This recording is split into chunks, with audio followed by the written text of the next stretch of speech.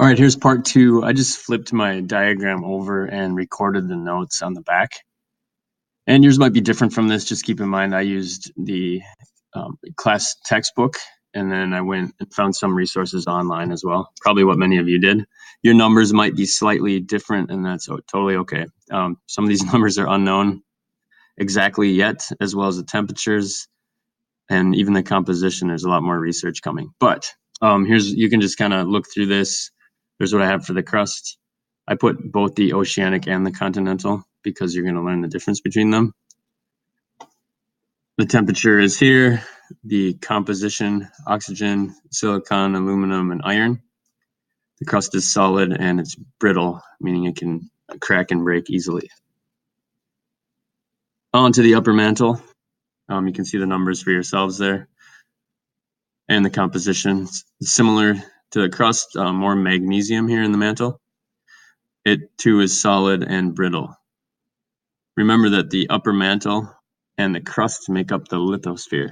So those two layers together are the lithosphere, which means that that is brittle as well.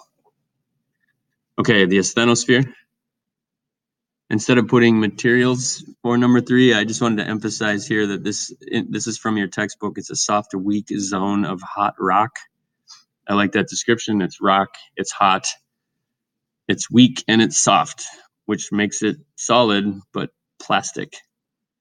More like silly putty, really, really, really, really hot silly putty, so it flows.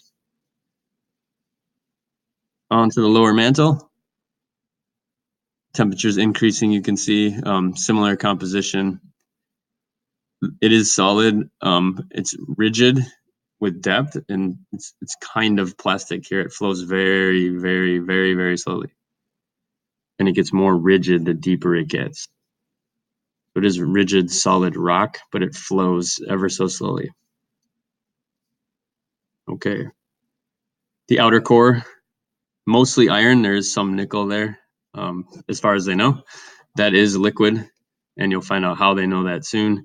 So really, it's neither plastic nor brittle. It's a liquid.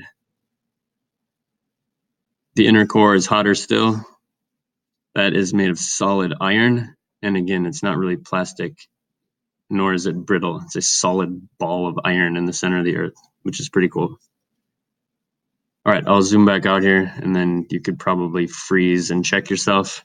Again, if your numbers are different, that's fine, just as long as they're close. Mine are not 100% correct by that definition. These are just ranges and averages, and that number is different in different resources, but they'll be very close to this until more science is done. All right, 7th graders, happy studying.